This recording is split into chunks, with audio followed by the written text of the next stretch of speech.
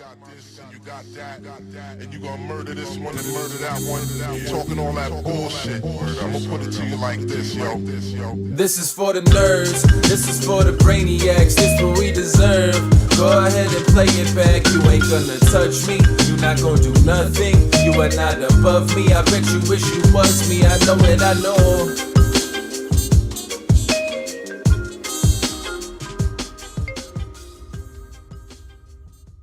What's up, everybody? Welcome back to another episode of the Only Friends podcast. We're joined again by the one and only young Landon Tice, back from the Costa Rican He's jungle. Back, baby. Yeah, you can tell by my tan. I didn't get sunburned. That's a plus. Did you go into the sun? I did. Right. I went on a jet ski. That was fun. Mhm. Got to hang out with a sloth. I got to hang out. I got to hang out with the sloth. That was pretty cool. That was. He was super just cool. chilling there? Yeah, You are a sloth. I am a sloth. I got a tank top that says so. Mhm. Salty sloth. That's the brand. That's me. What's this look today? No sleeves, but I forgot. I was supposed to wear like pants or like a sweatpants, so I'm yeah. just saving. What's wrong with the shorts? yeah, It's fucking short season. Lamanna's rocking his cock out. He doesn't care. Yeah, Bro, it's the winter is over. The summer is here. I don't It's know. if I do 85 degrees outside. Feels good. that. It just snowed in Mount Charleston last We're week. not in the mountains anymore, Burke. We're in the valley. everybody knows karate in the valley. That's right. It's nice out. Second half of the season's out. We got to watch. Oh, man. Oh my God! Is it the final? Is it the final? It's been the final for like the last 3 seasons. They keep I haven't making watched money. the previous first half of the. Are of you season actually 6. caught up? I'm caught up to the second half of season 6. Yeah, we're talking about Cobra Kai for what it's worth. Yeah, we're talking about.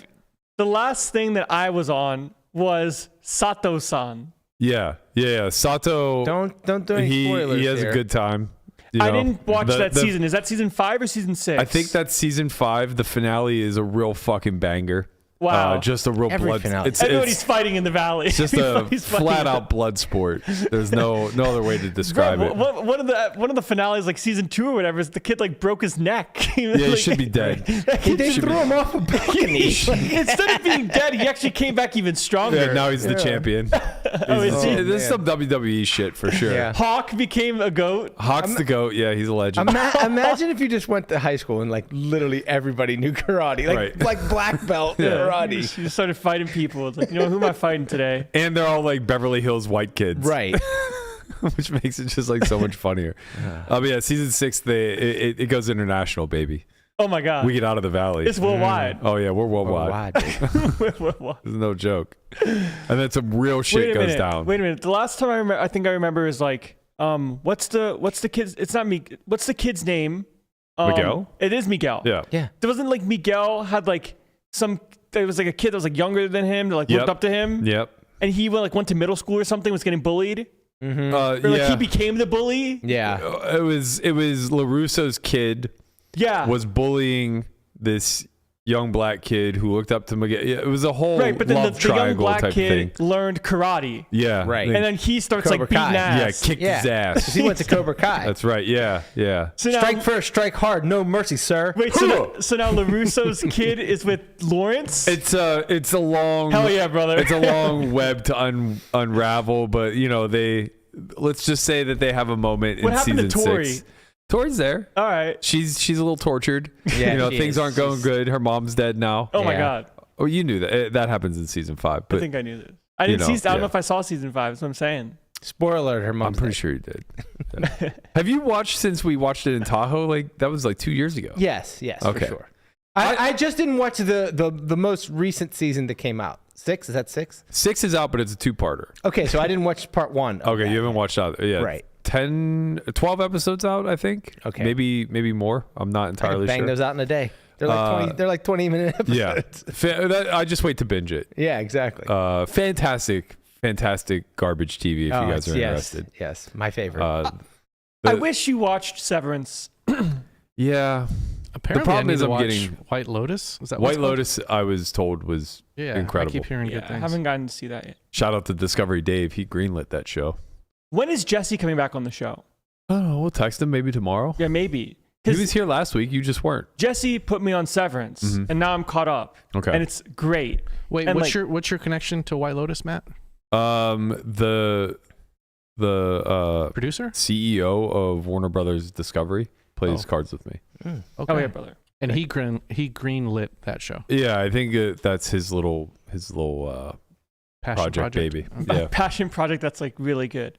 But anyways, Jesse put me on Severance, and Severance is great, and I love Severance. Most people love Severance. Then you have the contrarians of Sam and Melissa that say it's slow and it's boring. otherwise. I saw a tweet. God, I wish I could remember exactly what it was, but it was something along the lines of like people who have 105 IQ think Severance, or they look at Severance the way, or they think it's like 130 IQ show or something like that. Yeah. The midwits. It's for the midwits. It's for the midwits. I don't have Apple TV. That's the real problem. I have it. I got you. Yeah. I would like to watch Bad Monkey. What is also. that? Vince Vaughn series came out maybe a year and a half ago on Apple TV that I never got around to because, again, I don't have Apple TV. What's the premise of this one? Don't know, but Vince Vaughn's great, so I trust that it's good. He also did stuff for the WSOP. He did. He like commentated the main, right? He did the opening shuffle up and deal. ceremony or Yeah, he's something, the ceremony. commentated What are they called? The master of ceremony? Yeah. Master of ceremonies. Yeah, that was him. Is that what Bruce Buffer does sometimes too? Is he a master of the I think ceremony? he's for Poker Go, but yeah. Okay. Yeah, he's real good with With ceremonies. It's time. He basically stole it from Conrad for Weekend Warrior.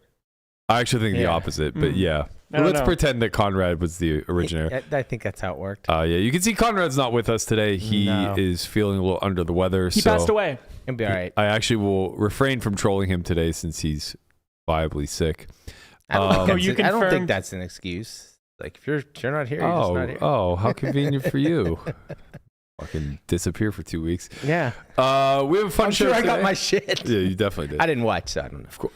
No, we respected the Turtles. We respected the Turtles' hustle. Did Not you? anymore. Not anymore. Now that I'm back, you're gonna shit on me. That's it. Cocksucker doesn't even fucking watch the show when he's not here. How dare you? I didn't have time. Yeah, of course. Working 14-hour days. All right, we have a fun show for you guys lined up today. We got a lot to discuss. A little bit of lighthearted stuff. Then we're going to get into some of the unwritten rules of poker, similar to what you hear in baseball. But prior to that, there was some strange affair that took place yesterday on Club WPT Gold. They got an influencer game together, and this is mostly relevant for exactly JRB. So breaking news, he's going to be joining us on Thursday live from studio. We're going to have him here, get to shoot the shit a little bit, hear a little bit of the broke living, I guess, like lore and backstory. But he never fails to disappoint, man. I mean, this guy is just a true showman, you know?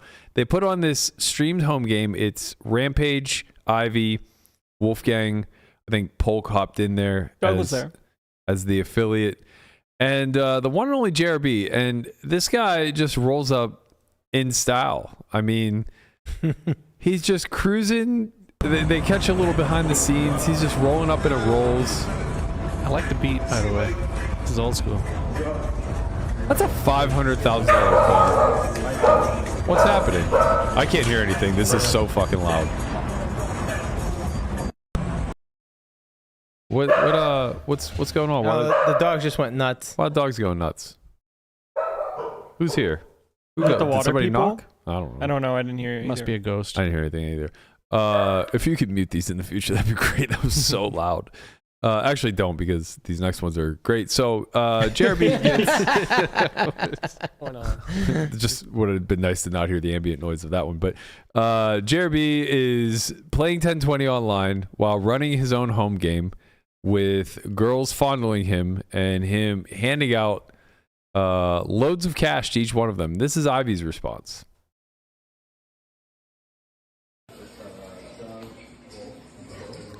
This is live.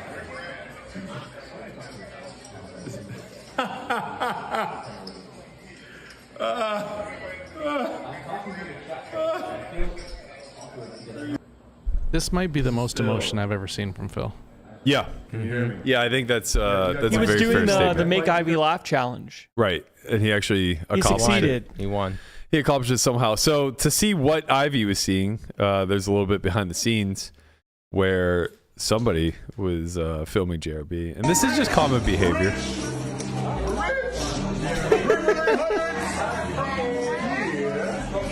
Yeah. I can see why he's broke. This is broke living for sure.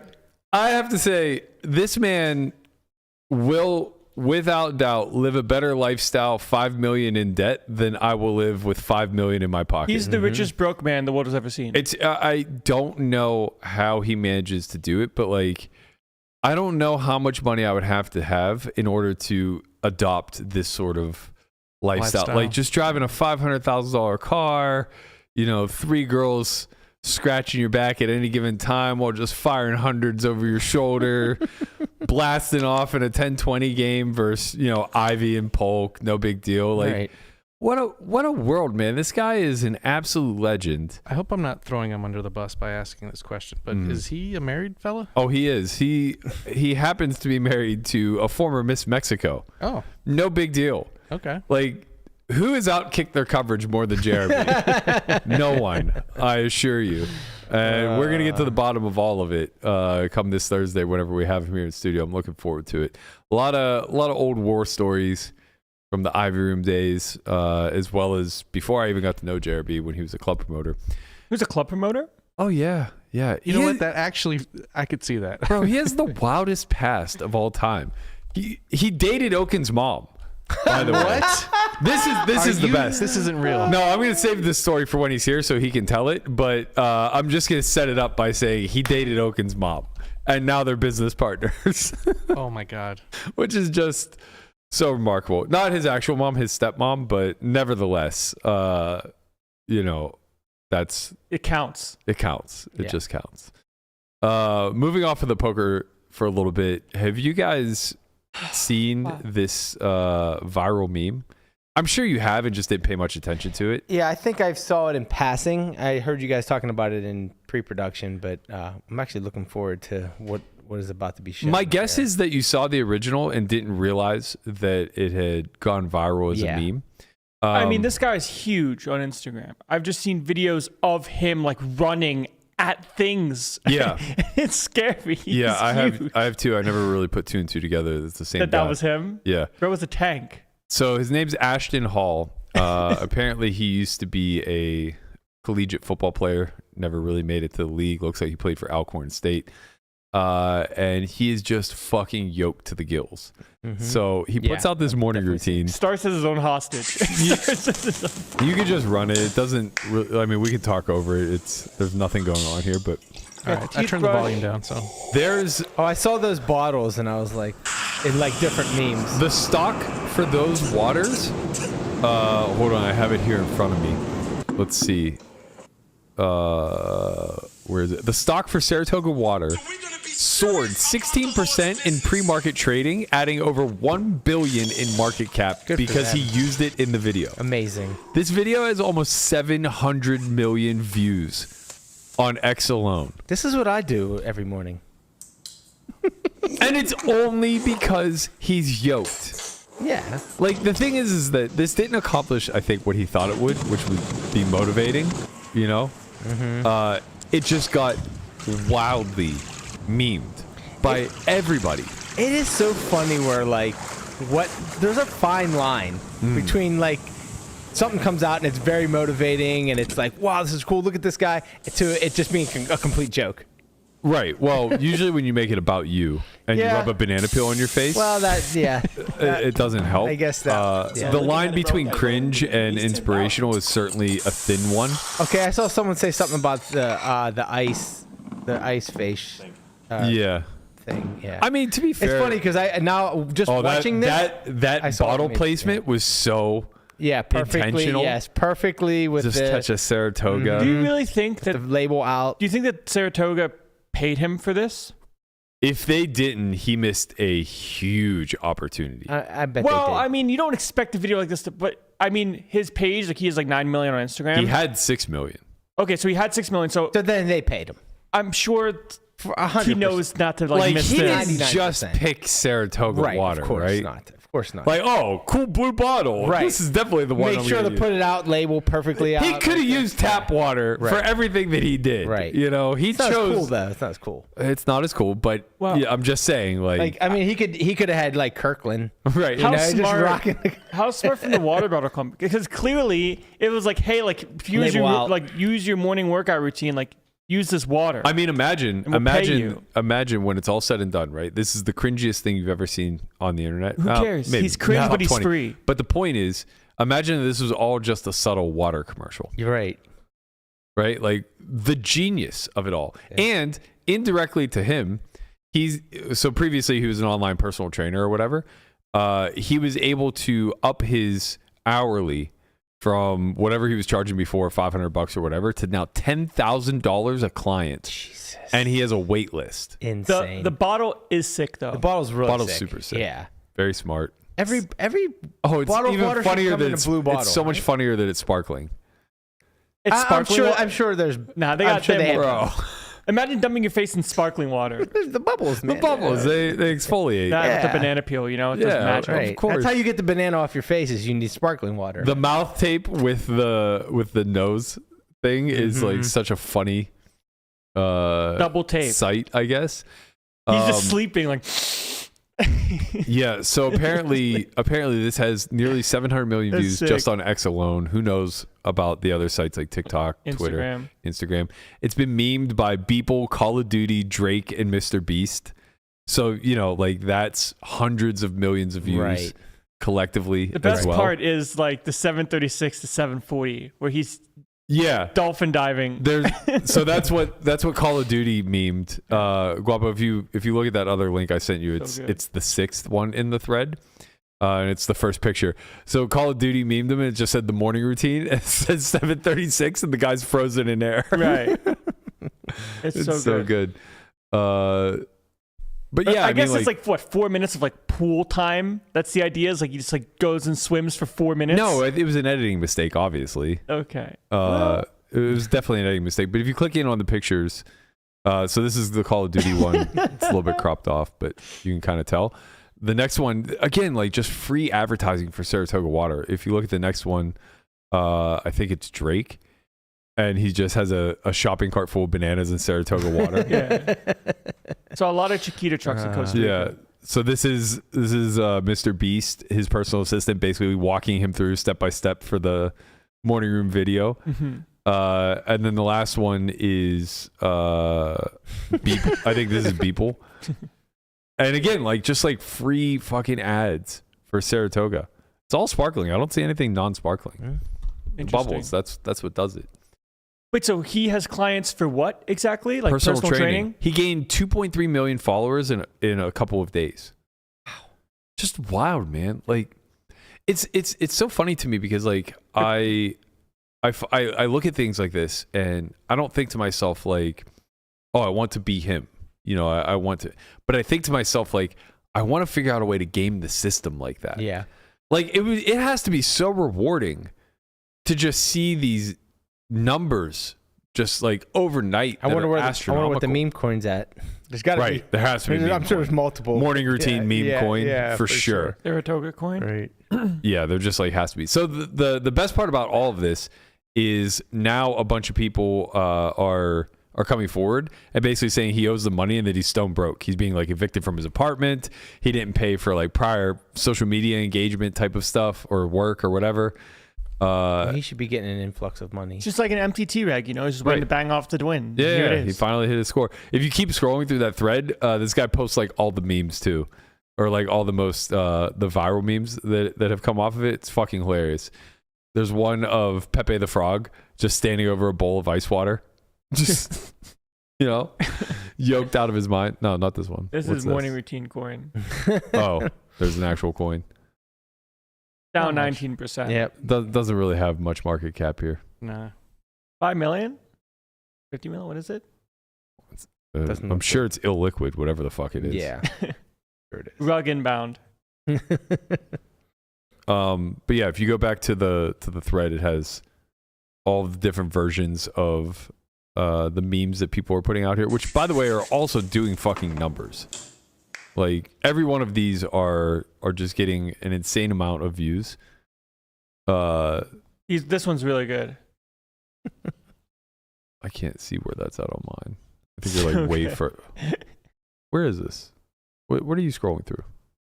The first one that you sent me with the actual video. Oh no. The You want this one? The thread that you're already in. Yeah, just scroll down. Keep going. It's like past all this stuff. Keep going. Go. You'll see it when you get there. I don't know what. There you go. Oh. So he says, I'll post all the memes. So there's Pepe hanging over a bottle of Saratoga water, I'm sure. This is the stoner routine. Vape. Yep. Red Bull. Got to get after it. The next one's the Asian version. Somebody said like this was really funny. I watched this one start to finish. I didn't get it. I'm sure there's like some cultural references here that I'm not understanding, but it just seemed this is the getting locked in. It's so good. The internet's a hell of a place, man. It really is. It's a hell of a place. I don't the Indian version. Oh man, Okay. It's funny because he's getting niche where it's like you need to know the culture Mhm. to some degree, or at least know the stereotypes thereof. But I went to the hockey game yesterday with a bunch of the guys from the Arya game, and Keating was the one who invited me. And I was talking to him about his YouTube channel that he just launched, and he's like, yeah, it's like been a lot better of a response than I expected. I wasn't really sure what to expect because like I don't have much of a channel. I was like, yeah, it's one of those things where it's like if what you're posting is of viral interest, it'll catch on. So like to give you a backstory, he posted a breakdown of that video he played against Peter as his number one, like his first launch video, and it did like 250,000 in a week, which is shocking coming from an account that has 10,000 subscribers, 20,000, something like that. Then he posted a follow up where he was going to a private game in the Hamptons. And basically couldn't disclose much of anything that was going on behind closed doors, but was like debriefing after the fact. 200,000 views in the first 24 hours. Yeah, it is 280 right now, 5 days ago. Yeah, so his subscribers are up now. He's 36,000. Okay, so it's almost doubled then since I last looked, which was maybe 4 or 5 days ago. And I was talking to him about it because like he's sharp, but obviously this isn't necessarily his space. And he said something that was like very telling about the way he sees things. And I think it was like a really good observation. He just goes, internet's really unpredictable, huh? I'm like, yeah, man, actually, it's crazy. All the fucking data that we have and all of the examples we see of things that go viral, even in like niche communities and stuff like that, it's like impossible to just script something. Right. It's impossible to hack it. Mm-hmm. And that's not saying that like people don't find ways to ensure, like the Mr. Beast of the world, for example, like he tore YouTube apart. Right. He broke it down to every single nuanced aspect, and it's no shock that he became the biggest and best of all time.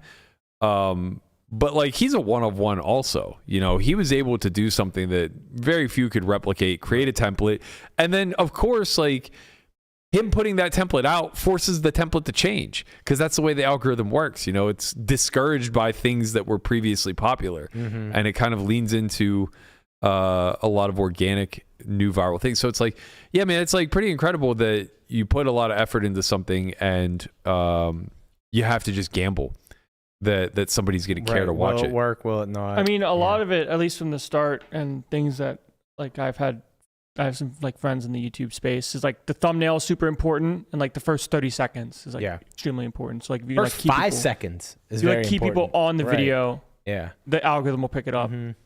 Yeah, I wonder how much like Keating's thumbnails are sick. Are they? Yeah, I didn't see them. I think they're good. Frankie's are really good too.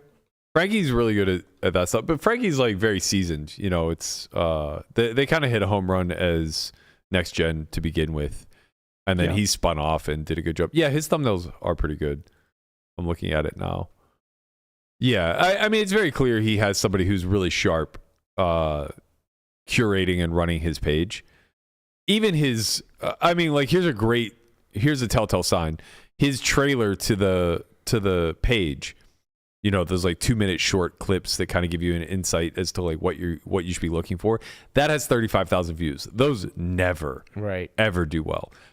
But like that being said, he put up a 45-second trailer of the hand, so to speak, you know, kind of teasing it before it launched. That didn't do so well.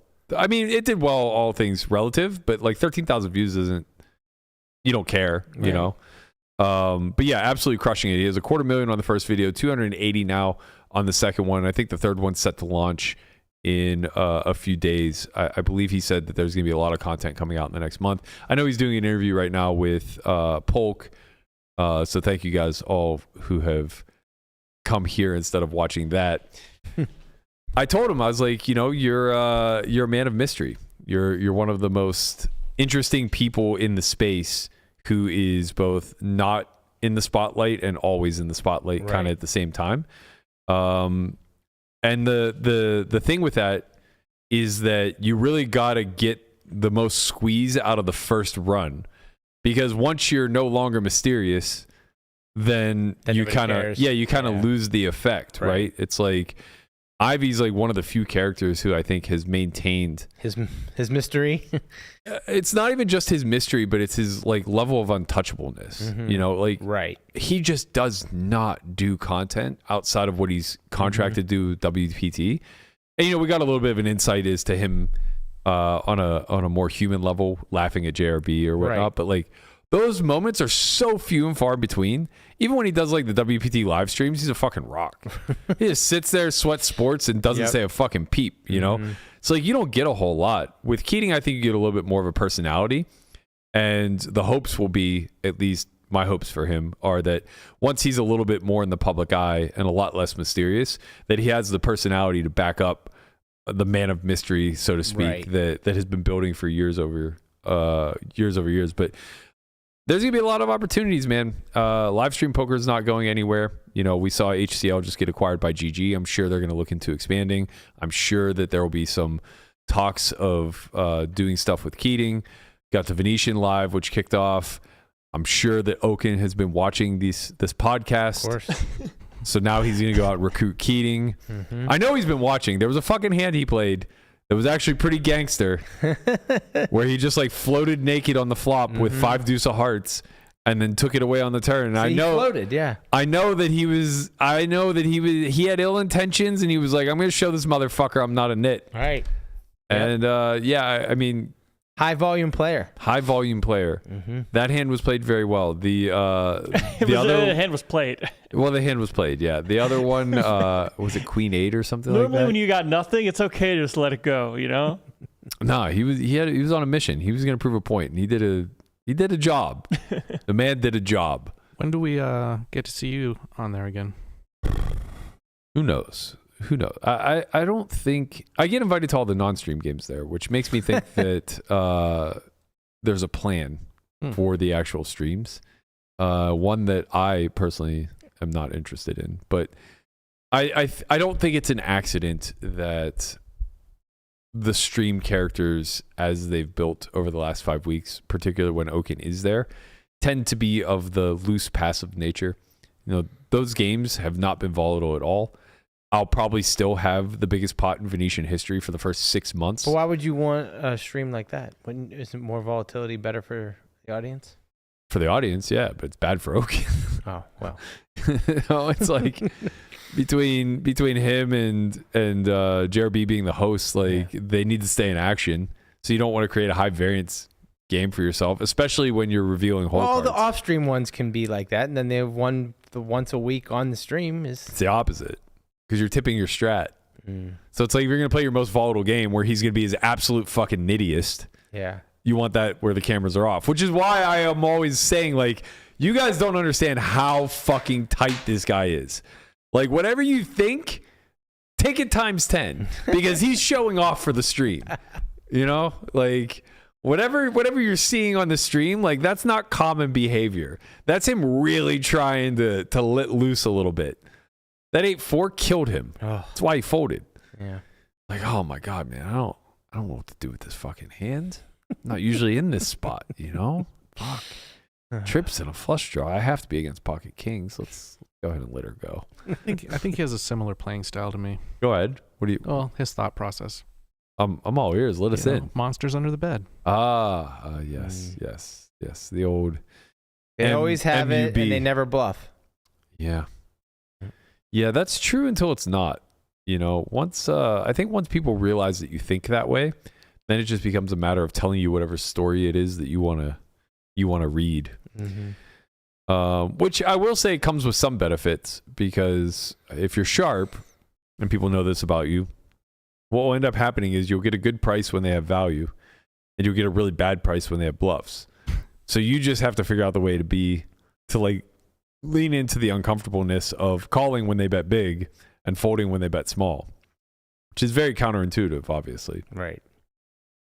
But yeah, I don't know. I'm looking forward to see how it evolves. Hopefully there's no more Big O.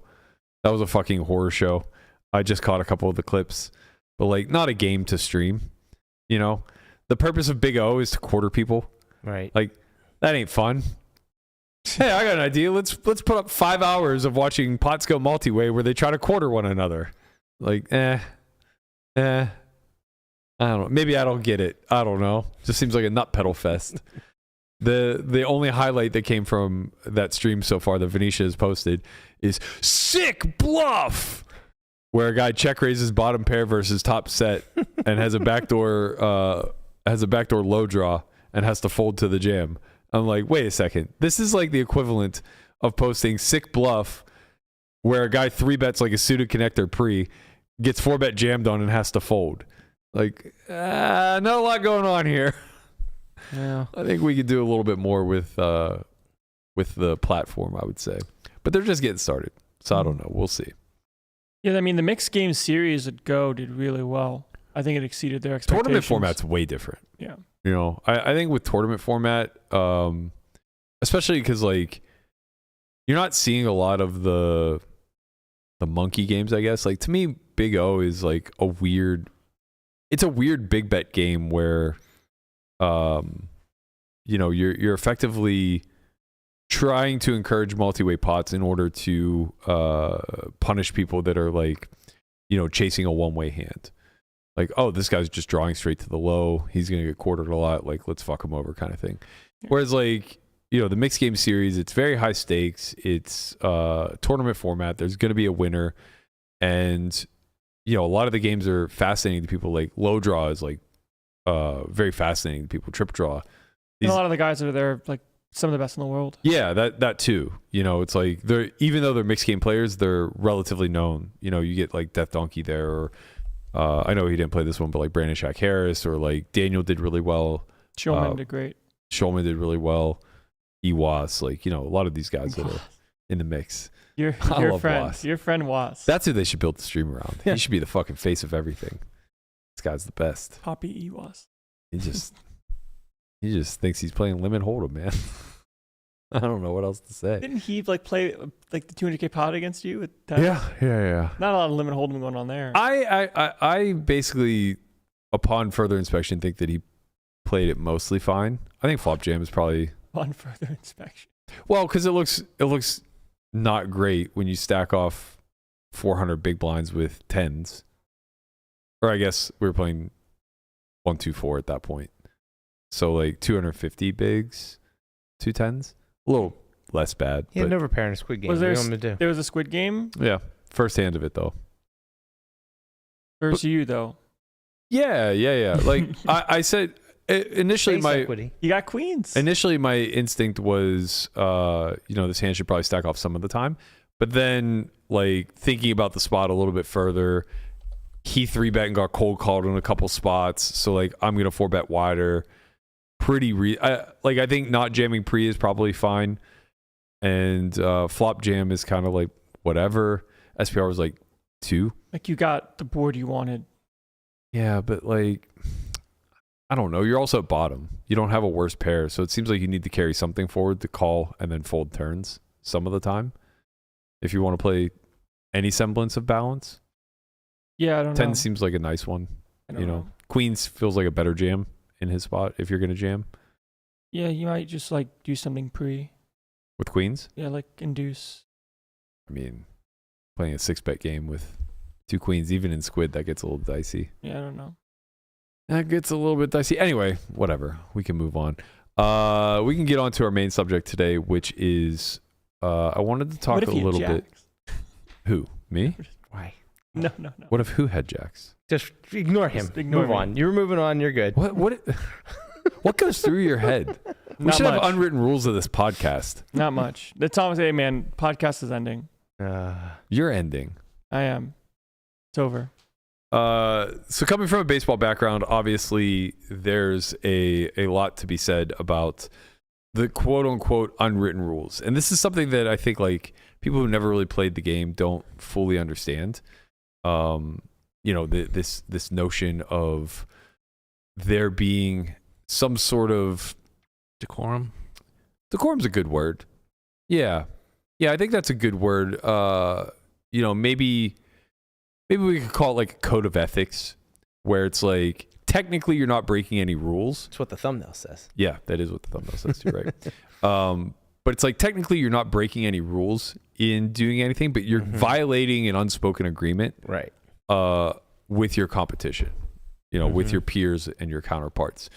And, like I said, as a baseball player coming up, this was very important to learn at a young age, very important to respect and to pay attention to. And the biggest reason is because there were just ways of dealing with it in the game. There were consequences that people tend to not want to have to face, especially in the dynamic of baseball. And I think like what It's really like Bush League. That kind of like a term that people would use. Bush League, we call it like Bush League when somebody violates.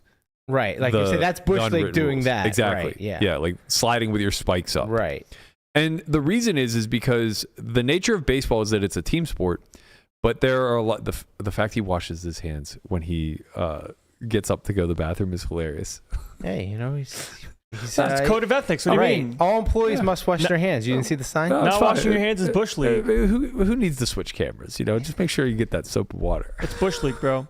He's Poor just guy. respecting the game. He's like the best thing that's ever happened to this podcast. No, he doesn't Obviously. take shit. Are you guys trolling me for washing my hands? Yeah, of No, course. I I definitely was. It's your computer. But yeah, there's unspoken rules, and the big reason why is because the construct of baseball requires some level of trust within the game. In spite of the fact of it being a team sport, it's very individualized, right? And not every individual interaction can be fully policed. So a good example of this is it's not illegal to hit a batter, but it's frowned upon to hit a batter on purpose. Right. And then there are rules in place where you can be ejected subjectively if the umpires feel that it was done maliciously or on purpose, right? Same thing with like sliding with your spikes up. There's no technical rule in the rule books about it, but there is wiggle room for officials to make calls if you slide like high, for example. So very much similar to the way like basketball, football, things like this are officiated. Baseball doesn't really have that sort of luxury because in those other sports, the continuation of the play can result in penalty. There's no penalty in baseball, right? So it's like if a guy slides with his spikes up, there's no way to take a point off the board, Right. or to give the other team the opportunity to score, or to like, I mean, I guess you could like, there are some things that you do that break rules that can result in an out, or if you're the pitcher, it can result in a ball, like balking and things of that nature. But there's very few ways to enforce actual soft rules within the game. And as a byproduct, a layer of trust needs to form, right? So there needs to be some adherence to these unwritten rules because everybody kind of understands that if we don't abide by the this code of ethics, so to speak, then it's exploitable for everybody. And what will happen is you'll rest on an equilibrium one way or the other. Either everybody will abide by the unwritten rules of the game, or everybody will exploit. And now you'll just have a blood sport, right?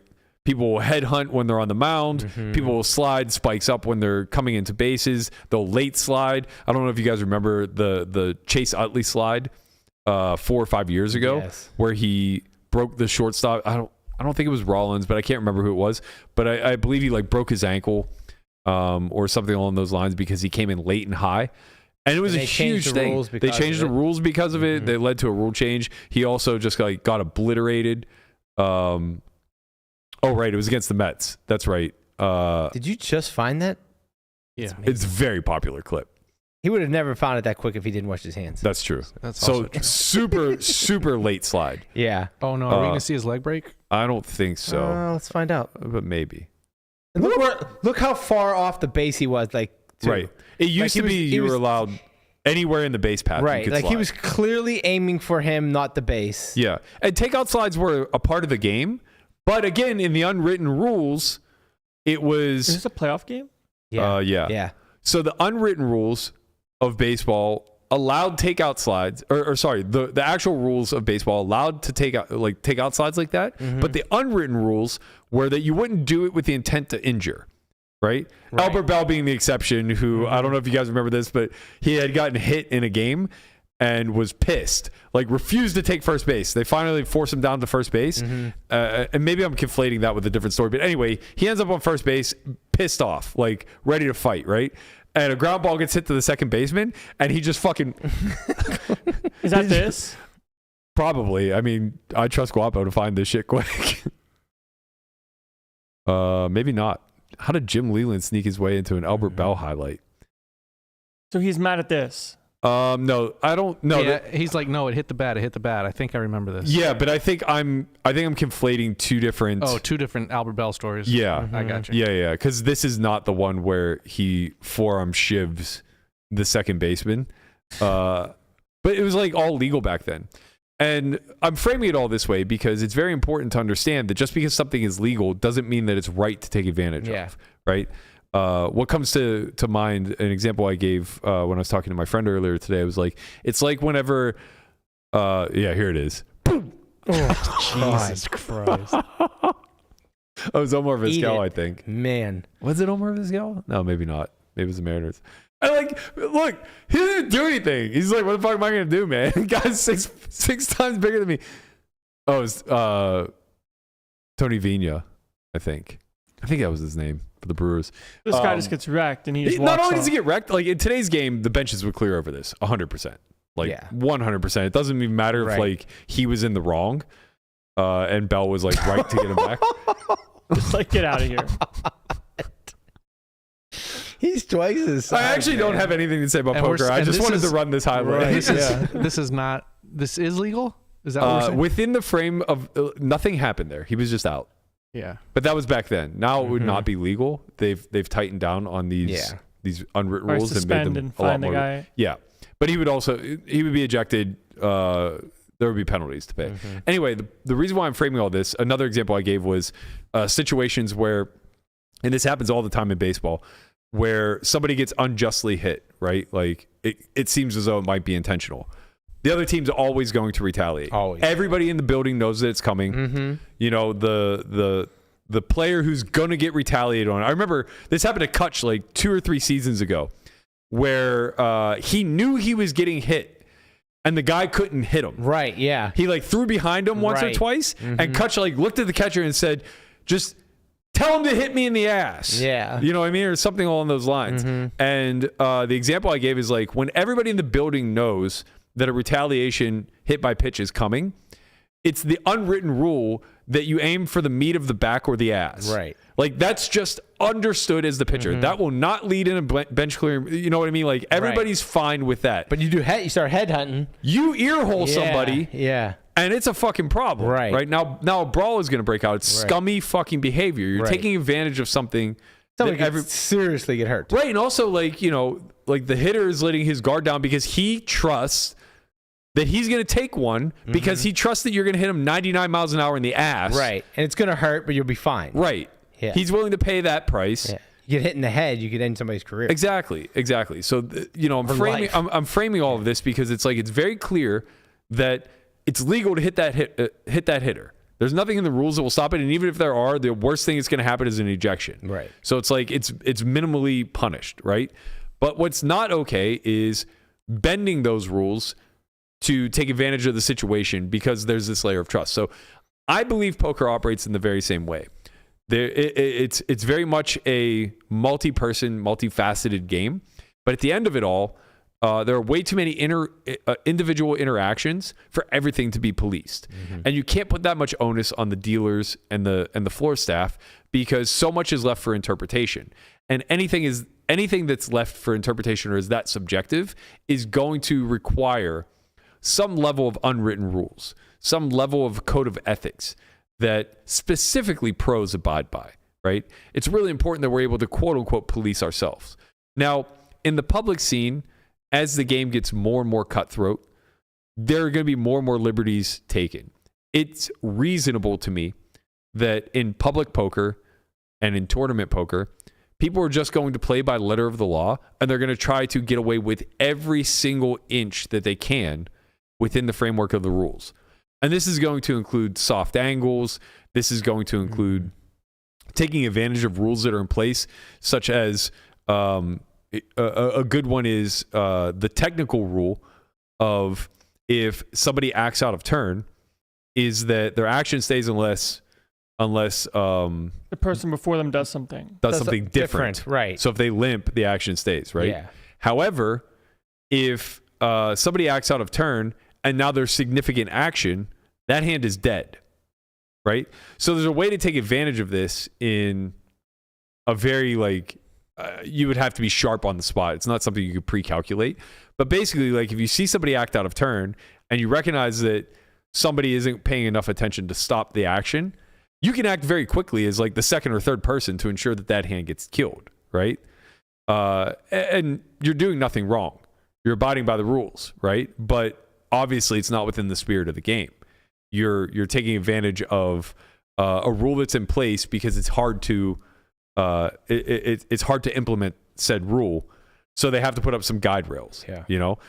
And there's a lot of examples like this. There's a lot of action that takes place where intent isn't necessarily clear. People who throw out the wrong size chips. Well, in a lot of instances, if you can be a little bit more loose and free with the rules, you allow them to take it back and say, do whatever you want, whatever you intended to do. It can get kind of ugly. Well, of course, that's why I'm saying public and tournaments, people will abide by the letter of the law. But in private, for sure, maybe even in a public cash game, they'll let it slide. Right. Depends on the dealer, depends on the table. In a tournament, that never slides. Right. Right. It's just you threw out the wrong chips. Sorry, it's just going to stay. Yeah. Another good one is hiding big chips. Yeah. Right. There's very little in the rules to protect the person who gets scammed by this. Right. Technically, if a floor were really scrutinizing the situation, had all the information, and made a tough call, they could say that the loser of the hand doesn't have to pay that big chip because it wasn't visible. I've never seen that ruled. Only once, and the only time I've seen it ruled was actually in the reverse order, where at the Bellagio, this was maybe 15 years ago, I was playing 510, and a guy took his big chips off the table to put in his pocket to go to the bathroom. And this was commonplace. Back then, you just didn't leave big chips on the table. I don't know why. Maybe it's because cash played and nobody would leave cash laying around because it's different than chips. You don't have to cash in. You can just pocket it. So you'd always take your big denominations and put them in your pocket and come back and put it back on the table. Probably just to protect yourself from getting robbed-ish, someone swipes it and then what can you do? Right, but now that's not really a thing because cash doesn't play any longer, right? So big chips just kind of stay at the table. Although I guess if I was playing public and I had a 25K on the table, I'd probably take it with me. Anyway. Yeah. Point being is that he came back and he gets into an all-in pot and tries to put his chip back on the table after the fact. So he had forgotten to put his big chips on, got into an all-in pot, waited to see the outcome, and then afterwards go, I had 5K in my pocket that I forgot about. No shot they gave him that. They did not make him pay that. Okay. Which was really good. I've seen it ruled the other way too, where they free rolled the guy who forgot. So it was for a smaller amount, but same thing. He gets into an all-in pot and loses, and the person he lost to goes, "Whoa, you had two 1K chips. Where'd they go?" And he's like, they're in my pocket. I forgot I went to the bathroom. And the floor was like, you have to pay them. But again, those are really impossible rulings for the floor. Yeah, For that sure. one's also tough too. I would just say it wasn't in play by default unless they were at the time. You see what I'm saying? The Rich Alatis of the world force you to make strong rulings like this, though. Right? For those who don't know Scumbag Rich, he's notorious for doing shit like this. Which means that they would count the chips to be played. Correct. So then in the sense of the 5 all it took was like a vouch from 4 or 5 people at the table that said, like, yes, there were 2 1K chips on that stack that are no longer there. And then the floor just goes, okay, you got to pay. So for the 5K situation, it would have been different if the guy before the action was done. Correct. Put them Correct. Said, hey, I have 5Ks like before I know what your cards are. But if you win the pot, then they have to pay you the extra 2K too. I think It has to go both ways. I don't think it does. Well, then you just get free rolled. Exactly. Yeah, yeah. But That's it's your mistake. That's kind of your It's true. point for That's true. pocketing and forgetting. Yeah. Right, and you just and in the public realm, they have no choice but to rule this way Right. because there are guys like Rich Alati You that will made- just yeah. angle this type of shit. Right, that's true right? too, yes. That makes sense. If you make a mistake, it's on you. Right, but in the private world, you operate above the fray. There is a much higher expectation for the unwritten rules to take precedence over the written ones constantly. To the degree of, I've been playing private poker for 15 years now. And in every private game that I've played, there's no floor. This goes for casino games. This goes for house games. This goes for stream games for the most part. You guys police yourself. And what I mean by that is not that a floor doesn't exist. Of course there are Right. floor people. There's a floor person at PokerGo. You just never need one. We never defer to them unless it's an absolute impossible situation where the jury of peers cannot come to a conclusion. Yeah. Right? So once that occurs, and we're now abiding by a different rule book, what you're saying is that this is an insulated environment where everybody knows each other, everybody plays with each other on the regular. We're all going to act in good faith for the long-term prospects of this particular environment. And when in doing so, it's critical to not just abide by the unwritten rules, but to also police them anytime that they're broken. And I've seen over my years, I've seen recreationals come into the environment because they tend to be the new person, right? Like they're the ones who have carte blanche to get in. And I've seen them run soft angles against this type of stuff, try to take advantage of situations like this. Had a situation where an old school rec got all in versus what at the time I thought was just a blatant recreational. Turns out she's a pro that I didn't realize, but gets all in. They start to do business once or twice. She says, twice is fine. And he says, what's your hand? She shows ace king suited. He goes, oh, same hand, just chop it now. And, we at the table were like, what did you have? And he goes, or we're like, you have to show, you can't just muck your hand. You can't claim ace king. So he shows and it's ace king off. And at that point, the table stops. He goes, you have to run it. Yeah. You don't get to just chop. Right. And he's very upset because he's like, the fuck do you mean? I did business. She said chop. Chop is fine. And it's like, absolutely not. Cannot allow this to happen. Because if we allow this to happen, then we're encouraging soft angles. We're encouraging people to break the unwritten rules. The clear unwritten rule here is that you cannot do shady business. Right. We're not going to allow anybody to negotiate an unfair deal in the private dwelling. Right. What is Right? that? What is that equity split like? 3%. 55? Oh, okay. So, $30K pot. Yeah. He's basically stealing $1,000, $900. Yeah.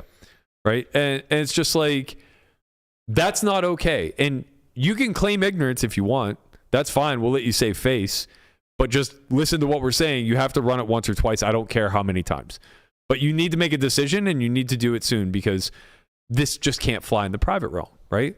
Stuff like this. Any dramatics on the run out? Oh, no. They obviously just chop, which Afterwards, I'm sure there were. right, which is good. She made a flush on both boards. Yeah. Scooped him. Whole place went nuts. Table got flipped. Unbelievable scene. God, that'd been amazing. Unbelievable scenes everywhere. And yeah, like I'm trying to think back to my days in Ivy's room, and I'll bring this up with JRB again on Thursday because I'm sure he's seen a hell of a lot more than I have. But like things like there have been guys that I've seen or I've caught looking at their hand and then straddling. And it's just like, I'm going to call that out all day long. I don't care if you're recreational. Like, I might be softer about it, or I might just say like, oh, too late.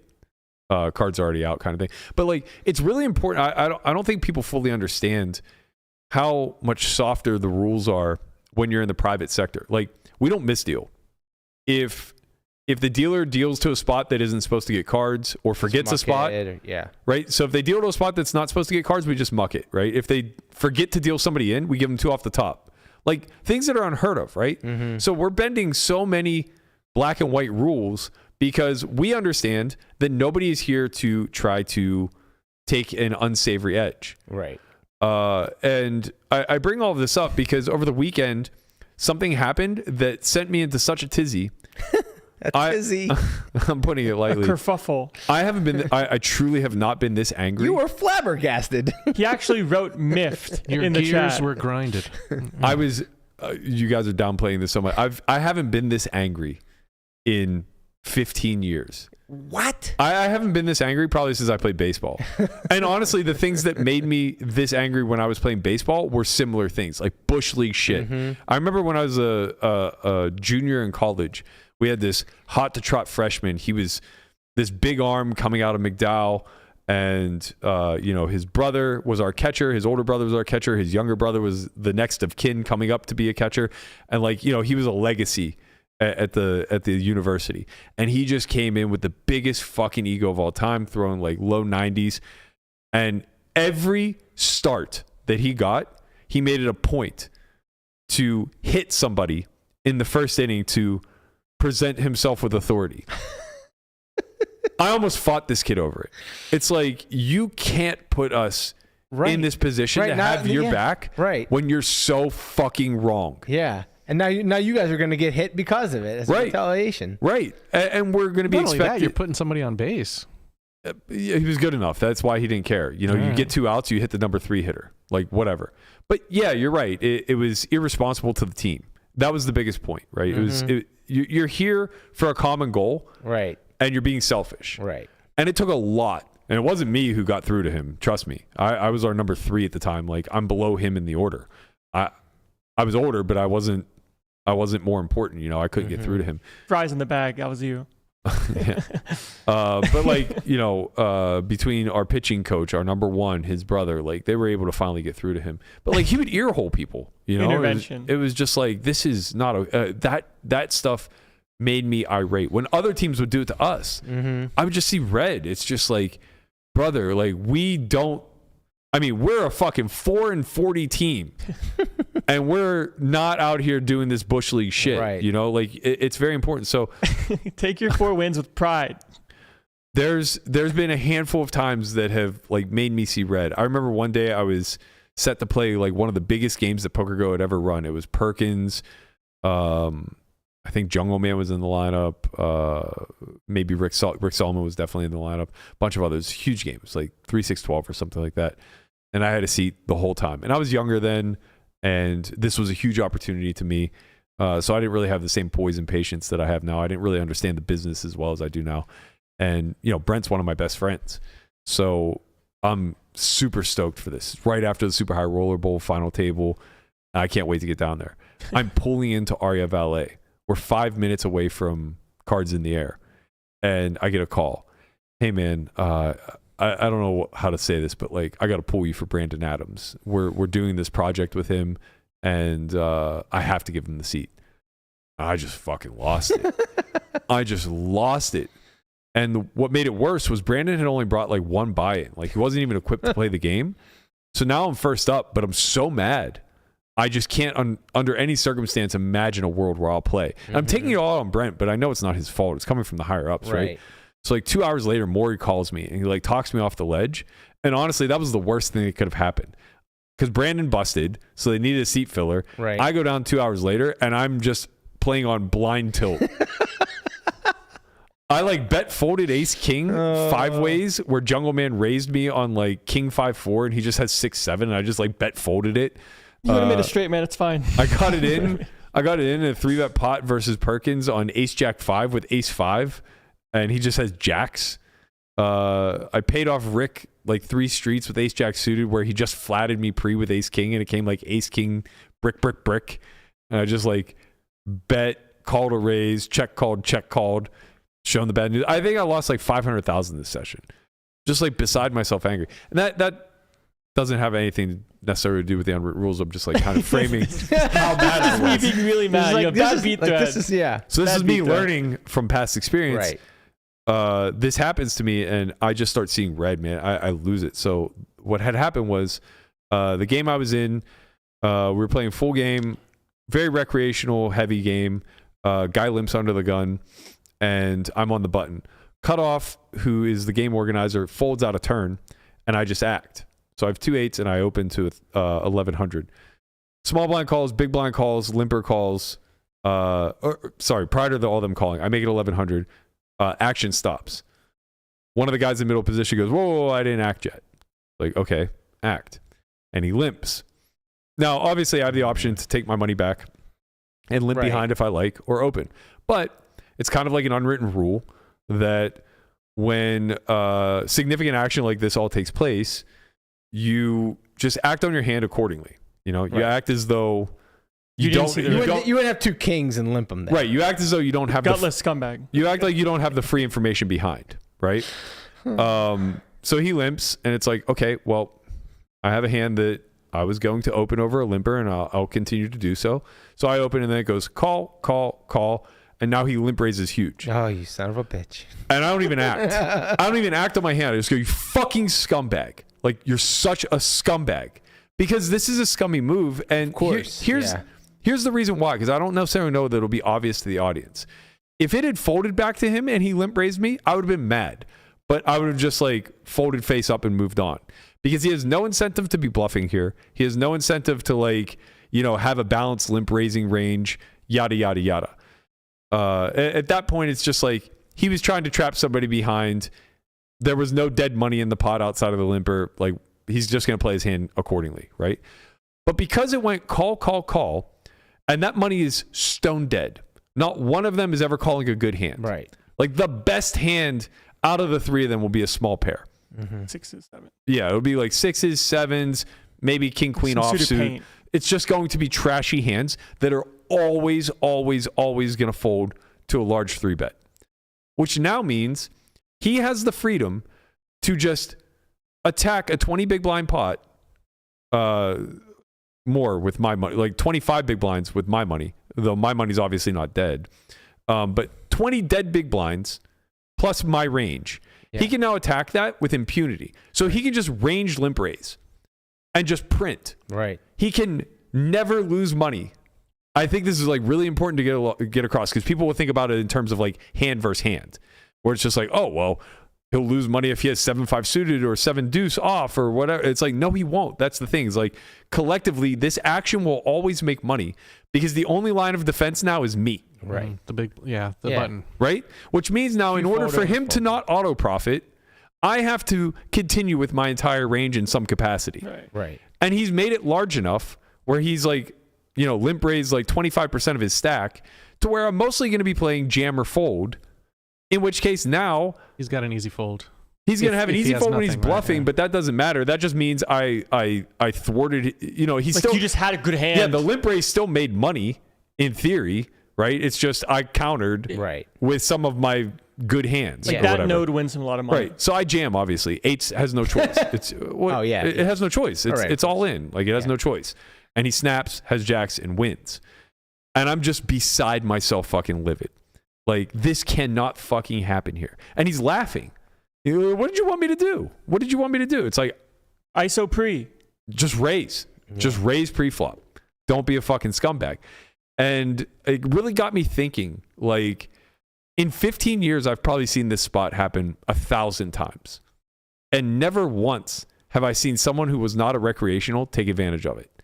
And the thing of it is, if it's a recreational and he kind of like stops the action like that, pauses to think, gives me a look, and then limps, I know what he's thinking. Like, I'll just limp. Yeah. But more importantly, if it's a recreational, when it goes call, the times that I raise, he won't think to himself, oh, I could just limp raise here. a quarter of my stack and make money. Right.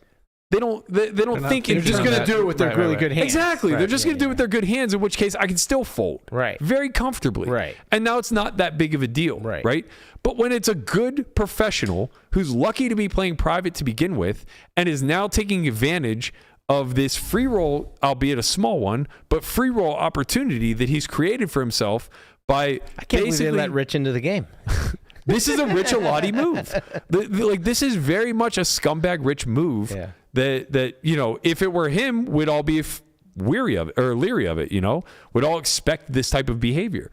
But when your guard's down, and this is somebody that I play with all year long, for years. It's not some random pro who finally got the 9th chair because we were running short on people to get in there. And stuff like that would happen in Ivy's room every now and again back in the day with JRB. Every once in a blue, a random pro would hustle up enough cash to get a couple of buy-ins, finally get their big shot at the big game, And something like this would occur where Baldwin would throw out the wrong chips and he'd be like, no, I just meant to call or something like that. And these kids are dumbfounded because they want to hold his feet to the fire because they got it. Yeah. They want the option to re-raise because that technically is a legal raise. And they're leaning into the rule book. They're like, well, by the letter of the law. And it's just like, JRB was very great about this stuff. And I think it's really critical to a game host. He was so sharp around the types of things that angles could be created around. You know what I mean? It's like the second somebody says, well, the rule is, he would just say, not in here, kid. Not in here. Those aren't the rules. We don't abide by that. This is a gentleman's game. His intention was very clearly to call. We're not going to let you eke out a few extra bucks because the 78-year-old man in the one threw out 2 flags instead of 2 1Ks. That's not the way this is going to fly. And that was how I felt in this situation. It's just like, it's just so abundantly clear to me. And then I was like, well, I better check myself. Let me, I've been doing this for a very long time. I've been fortunate enough to be ushered through the high stakes community by a lot of people that I look up to as professional gamblers and people that, I can, at a bare minimum, consider my peer and lean on and reach out to at any given notice.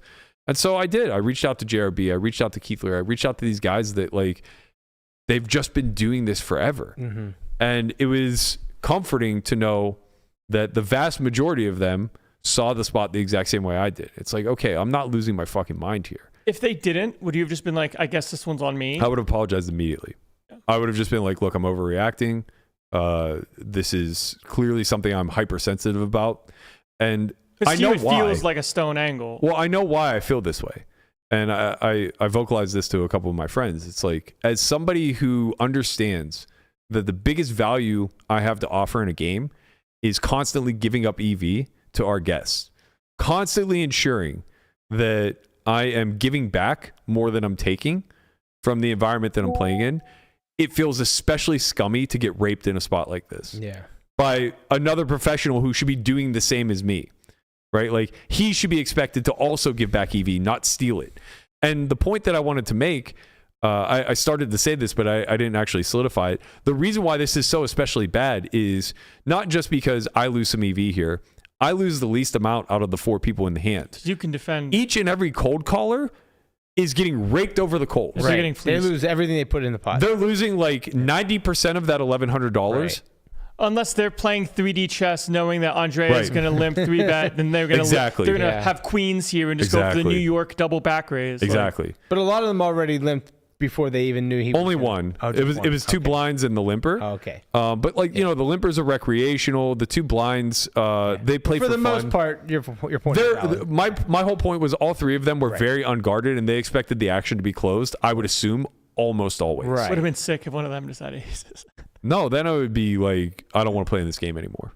That's how I would have felt. Yeah. If like one of them would have seen this in a different light than me, where like now they over trap aces because they expect this limp raise from a pro It's like, okay, well, I don't know what kind of fucking game I'm playing in here, but clearly this is just public poker now. Yeah. And like, we should really be on guard at all times. It's like, I'm worried about pinhole cameras showing up, but instead, I guess I should be worried about Rich Alati fucking coming at me every chance I enter a pot. You know, it's like, maybe I should actually be counting down stacks every single time I play an all-in pot, because there might be guys in this game that are taking $100 back. You know, it's like, I can't tell you how many times somebody just said I'm keeping 5 and I never fucking double check their stack. You know, it's like, okay, you kept 5K, throw me a flag. Could be 6K, who fucking knows? I just assume that stuff's going to come out the wash. Like, it's not worth burning everybody else's time over, that type of stuff. But there's a guy who very rarely gets in that, like, will make the player double confirm and the dealer double confirm anytime that all the chips aren't slid. And it's like, that's his right. But my God, is he a fucking horror show to play with? Yeah. Nobody wants him there because of this type of behavior. And it's like, that's what needs to be understood. The unwritten rules really have to take precedence if the expectation is, don't make it an unpleasant experience by following the rules. And you weed those guys out. These guys don't last in these games. Exactly. It's because you want it to be an environment of people that know. You want it to be fast. You want it to be loose. You want it to be unguarded. And you're and then encouraging. you can relax and play and have a good time. Exactly. And you're encouraging the exact opposite when people are taking underhanded action like this. Because now the 3 cold callers have to be thinking a whole level ahead. Oh, actually, he has the option to limp raise. And he would do that here. So now, can I actually freely cold call when the action may not be closed here very often? The intent of the limp is like, if it's the guy's going to limp, he's going to call exactly. your raise. You have Jack 10 suited and you don't want to get 3-bet. So it's like, that's the free information you get, is that, like, if you choose to raise, I might 3-bet now, right? So it's like, now your marginal hands, when you have a small pair or a suited connector or a suited ace, and, you know, if you want to not play a 3-bet pot out of position with ace queen, okay, like, all of these hands, like, go ahead and limp. But it's like, you don't do it with the intention then to reopen the action. And that's the big issue. You know, it's obviously like, different if he, like, ISOs, you 3-bet, he gets the money and you call. Like, that's way different. Totally fine. Right. Totally fine. And to be clear, too, I don't expect, like, a rebate here. Like, I'm not saying, like, I deserve my money back. Do you give grace to newer players that don't know, like, the unwritten rules of these games? Because, like, it's a great question. Because if you come up in, like, in public, public, you kind of, like, can't. You have to, like, take I'm not saying you have to take these spots a lot of time, but, like, if you don't, then you're just getting free rolled. You're right. Everyone else is taking these spots. You're absolutely right. So now everybody takes the spots so they don't, you know, or aren't, like, losing out. And now they get to the pub or the private game, and these rules don't exist, and there's a different set of rules, and they don't know them. You're absolutely right. How does that? That's precisely what incentivized me to want to have this conversation. Yeah. Because the truth of the matter is, no, you do not get grace. Yeah. You get seen as an angle shooter. You get seen as an edge seeker. You get seen as the type of guy who comes in and asks for the first seat change button. And we're like, we don't change seats here. Right. We draw. Right. Like, you get seen as predatory. And that's the whole thing that's trying to get weeded out of someone ever tried to get into your game asking for a seat change. It happens all the time. It happens all the time. It happened. There's this guy from well, I won't say where, because then it might be a little bit more clear. But it's like, he presented as a recreational, but he's probably just a shit reg, right? And he's buying in to cover the table. The table is really soft because he got in the best fucking main game you could ever imagine. So it's just like, you know, the game runners and him, no other pros.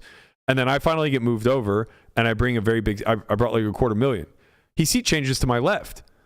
And oftentimes we'll show a little grace to recreationals and allow it to happen.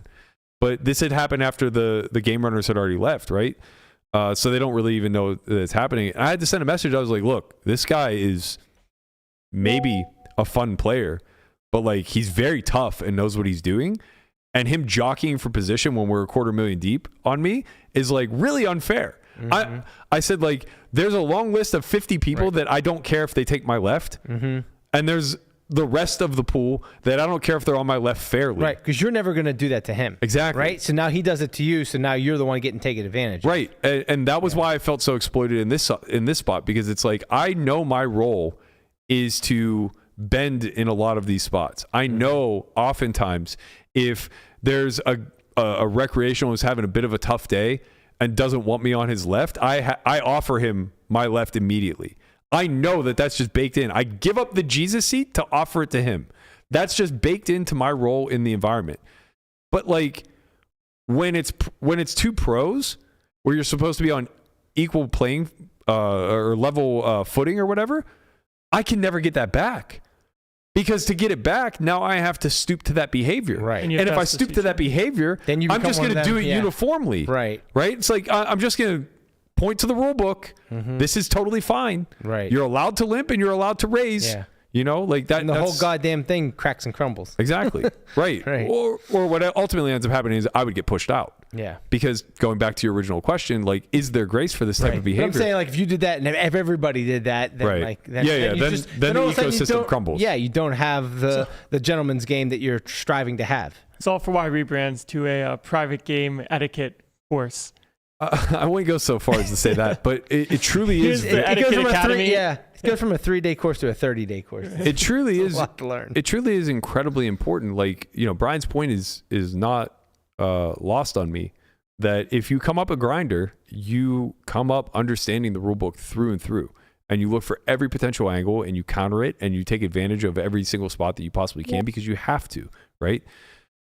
The power in that is knowing precisely where you don't have to do all those things once the environment gets looser. And for the people who don't see the game that way, for the people who run it once out of position, in position, and run it twice out of position because you get the extra chip, those type of people will just never, ever, ever be welcomed. If there's one lone unwritten rule of poker as a whole, but specifically private poker, it's that all things are equitable.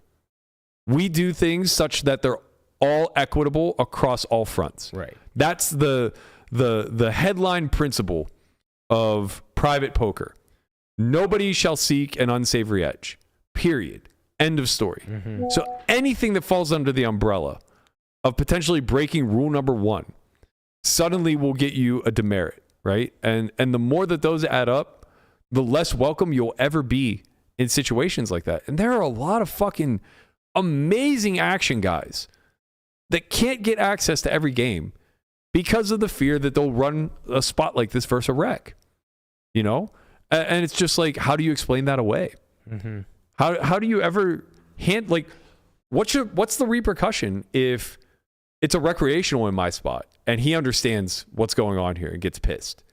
How do you deal with that as the leadership? You know, if it's not lifting that pro, then what is it? Yeah, no. You have to make the customer happy, right? You know, course. Yeah. And it's like this becomes very critical to oversee. And I think that because it's expensive, like it's a lot of money. Oh, it's $30,000 in the hand. Yeah.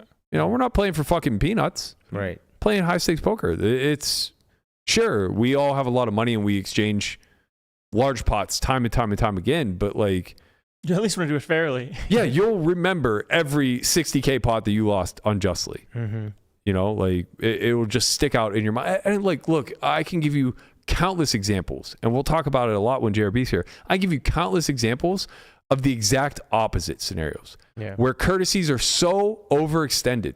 Like when you called with 5 high and you tried to pay and you're like, no, like, because you misread your hand. It was 8 high. Whatever it was, you misread your hand and you thought you had a straight and you did and you rolled it over and they wouldn't let you pay. They wouldn't let me pay. Yeah. 25K bet on the end. Right. They're like, no, we know you didn't. That was against JRB. Right. I'll talk about that story on Thursday. There was another spot against Rick Solomon in a $250,000 pot where I gave up 4 high. I had the nut low and I missed. I just gave up. I tabled it and he misread my hand and mucked. He thought I had a straight. Yeah. We chopped the pot. Right. Yeah. And I'm happy to chop the pot there. I'm not happy because it was a lot of fucking money to me at the time. Right. But you think shouldn't have got any of it. Think of the opposite. You shouldn't have got any of it. Think of the opposite of where I get 0 of that pot. Right? Like I was thrilled that all that was being asked of me was to return his money. Right. You know, it was like happy to save 125 in a spot where we thought you were losing it all. Yeah. Probably were losing it all. Yeah. Yeah. Got called by 4 high also. Like, he might table down, but like I'm pretty sure if I jam, he was calling.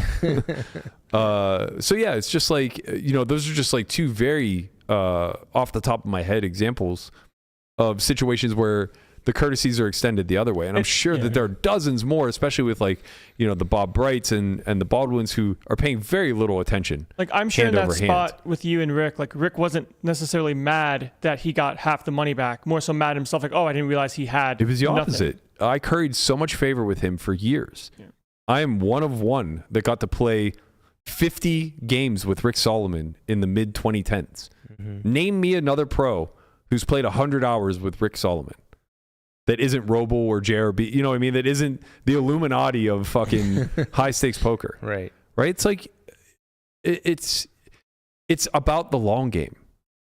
Of course I could have told him to fuck off and be $250,000 richer in that moment and lose my seat forever. Right. Lose more my. Than that. Like, that's what people don't see. They don't see the long. They just see what's here and now. And I deserve that pot, so I should have that pot. They don't think that like, hey, if I don't take that pot, I can get 100 of those pots in the future. Yeah. Right. Yeah. Look at the situation you're in now, where you play in this really good game every. Multiple games. 3-4 games around town. Right. Exactly. And so like doing the right thing leads to, amazing games, and you can obviously your bottom line is going to grow because of it. Yeah. And obviously that's what's incentivizing everybody always, right? We don't play the game specifically just for fun. Right. But it brings me back to that, I talk about this all the time. I tweet about it every time it comes to my mind. There's this kid, Nick Case. He's a programmer, and he created this game called The Evolution of Trust. I believe you can find it either n.case or ncase.io. Can't remember, but it's basically an iterative game that demonstrates through evolutionary game theory how trust has evolved. Yeah. Right? And it shows how like bad actors can poison the pool over the short term. But just one person setting a good example time and time and time again will eventually ward off the bad actors because of how mimemic human beings tend to be. Right.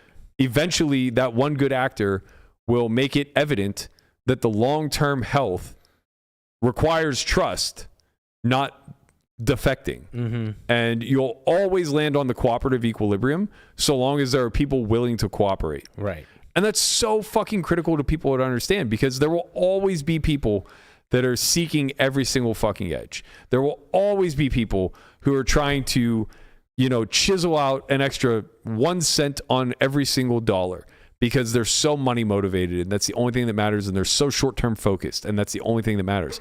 But those people, as you said, will always be pushed out of whatever community it is, so long as there are enough people that recognize the long-term health is more important than short-term. Right. And I think online poker is precisely the opposite. Yeah. Right? Because whether people want to admit it or not, there's a long list of unwritten rules online as well. Like not getting buttoned and stuff. Not getting buttoned, not getting ghosted, not getting rat-holed, right? Like some of these are able to be controlled by the software, but a lot of them aren't. There's nothing they can do to prevent ghosting. Period. Right. It's been in existence for 20 plus years. Of course, right. The only difference now is that you can get ghosted by somebody using software or RTA, as opposed to somebody who just might know more about the game than you. Yeah. There's nothing they could do to fight against MDA, mass data analysis. Like people are just armed with exploitable information. And this can be weaponized. There was a course on Upswing at one point, like how to beat Red Baron. Right. And they had just scraped millions and millions and millions of his hands and distilled it down to exactly every single point in the tree that he's weak. Right? And it's just that's weaponizing data against somebody. Right. That's an unwritten rule. You just don't fucking do it. Right. We hosted a panel here with Nick Howard, Chewy, myself. I believe there was one other. I apologize, whoever it was that I'm forgetting right now. But we all landed on the idea that it's impossible to put the genie back in the bottle, and using MDA, making it legal for everybody to use, seems more prudent than trying to police it. However, we all drew the line at you cannot weaponize it individually. Right. You just have to be able to anonymize?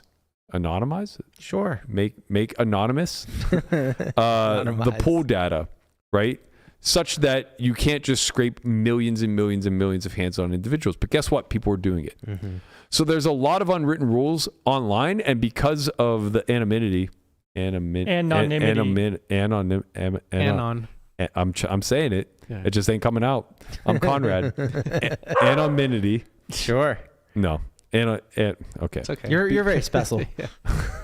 Try saying canon. Canonymity. No. Canonymity. I almost said Kiminidity. We found the Achilles. Trust me, I can spell it. I'm seeing the word in my head. It's just, brain Not to there. lips. It's not getting there. But because of the anonymous nature of online, There you go. workaround. Yeah. Because of the anonymous nature of online, these unwritten rules get broken all the time. There's nobody there to scrutinize them. There's nobody there to wag their finger and say, you keep doing this shit and we're going to get you out of the pool, right? It's the exact opposite.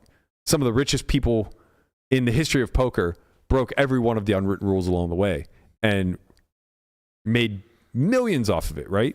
Like, what would you consider the, I guess the Hastings match versus Isildur? Very much an unwritten rule. Very much broke an unwritten rule. And at the time, he may have broke terms of service. I don't recall. I don't know what was the situation? They data scraped Isildur, basically. Brian Townsend had a massive database of like millions of hands on Isildur. Hastings studied it and then beat him out of like 8 million. Yeah. Like five or something. 5 million, something like that. 4 or 5. Very unethical. And I like Hastings. I think he's a really sharp dude. I think if given the same opportunity today, he would probably think twice about it. It was the Wild Wild West back then. And again, who was going to scrutinize him? Who is going to say this is not okay? Who is going to say that you should take the worst of it here because they'll take the worst of it against you in the future, right? Like It reminds me of the like paint situation. Yeah. Where someone's coach gave the other guy The database, hands on someone that he used to coach playing 10-20 heads up, which is not small. Like you can lose a lot of money playing 10-20 heads up. Yeah. Plus they had a big crossbook or side bet or something along those lines. Yeah, whatever. And it's just like it's different if the guy that's challenging you has hands on you from 6 max or whatever. That they or gathered heads up. themselves. Yeah, of course. If you get it yourself, like, okay, like you've paid for that info. But if you just get it from someone else for like cutting them in for like a piece of the match, It's shitty. different stuff. Yeah, and it's like, this argument extends. Like I said, online is like, it's why I'm so bearish on online because live, the social construct of live allows you to have unwritten rules and it allows you to police them. Just like That does not exist online, right? And the issue with that is like, it can extend out further. It can extend out to pre-flop charts. Some sites are okay with it, some sites are not, but across the board, everybody could be using them, right? And then it becomes a matter of like, well, you're a fool if you don't, because everybody else is doing it. that's where it's at now. Like It's getting past that. It's getting to the point of like GTO Wizard. Like, well, I think everyone else is using Wizard. Why wouldn't I? Yeah, and it's that's way not worse the case, obviously. But because you can't look the person in the face. Either, exactly. There's no social construct, so Right. there's no shame. There's no. Right. It's just a matter of making the maximum. Yeah, it's funny because like the deeper you are in a tournament, the easier it is to actually get good sims if you're Yeah. running them in real time. Because like you're playing 3-handed final tables, like you can get stuff really quick. Yeah. So it's why I'm so bullish on live, and especially having been in the private realm for so long.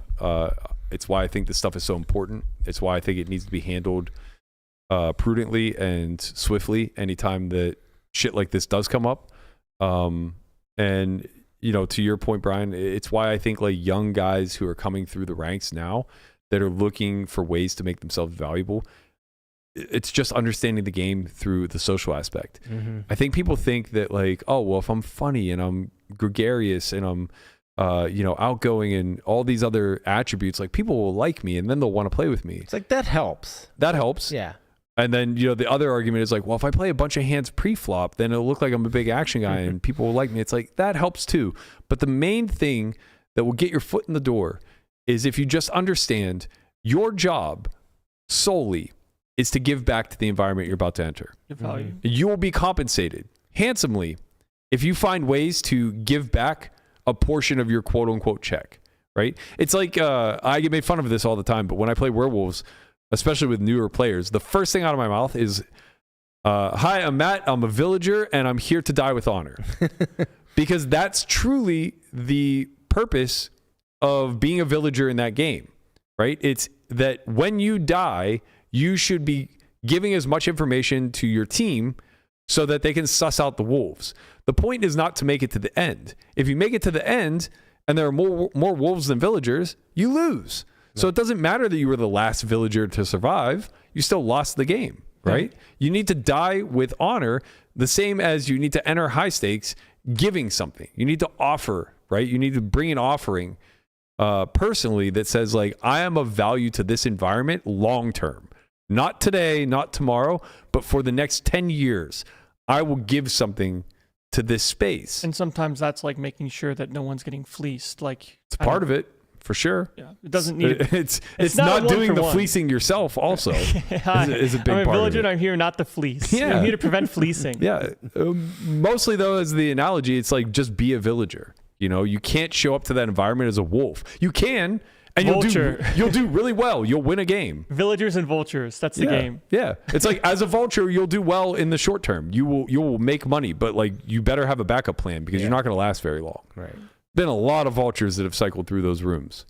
A lot of them, and they are all on Wall Street now. Where they encourage that shit. Trading cryptocurrencies, baby. Making their own. That's right. All right, that's going to do it for us today. We're going to get out of here. I hope you guys enjoyed today's show. Please leave a comment if you haven't already. Let us know what your unwritten rules are and how you go about enforcing them. We'll be back tomorrow. We're going to try to get Jesse back in the building. Again, Thursday, we're going to be joined by JRB. I'm going to try to get a couple other guests here in this week. We'll let you guys know. We'll be here noon every day. We'll see you all tomorrow. Peace. Peace.